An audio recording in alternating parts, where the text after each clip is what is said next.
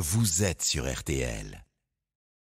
Un monsieur qui est très drôle, c'est Laurent Gérard pour vous tous les matins de la semaine à 8h45 et en version le meilleur, le week-end, Laurent et Jade. C'est parti.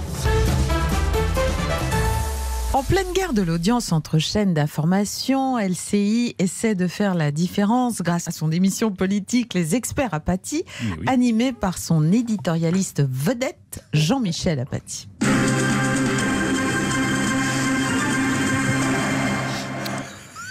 Bonjour et bienvenue dans Les Experts Apathy, la confrontation sans concession et sans langue de bois avec celles et ceux qui n'ont pas peur d'affronter un journaliste aguerri et déontologiquement irréprochable.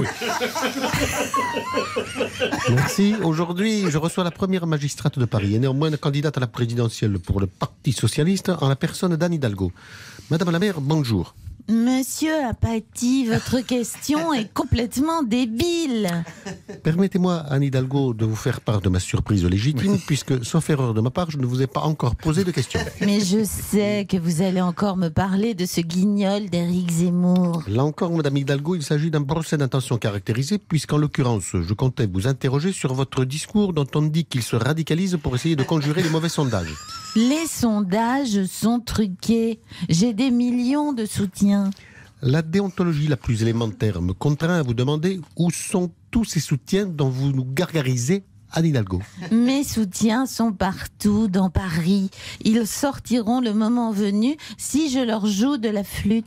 Assez de tergiversations dilatoires et emberlificotés.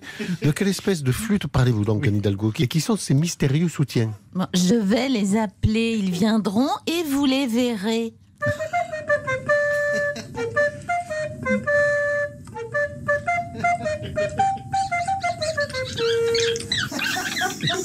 Qu'est-ce que c'est que... Mais c'est une horreur. Avec votre air de flûte, vous avez fait venir sur mon plateau tous les rats de la ville de Paris. Si je suis élu, les animaux auront le droit de vote. C'est aberrant, c'était Les Experts Apathy.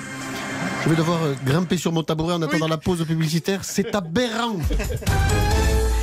La COP26 de Glasgow va s'achever sur un bilan que beaucoup jugent insuffisant. Allons voir comment on aborde ces questions de changement climatique dans nos campagnes avec quelqu'un qui les connaît bien, notre ami Jean-Pierre Pernaut. Bonjour Jean-Pierre.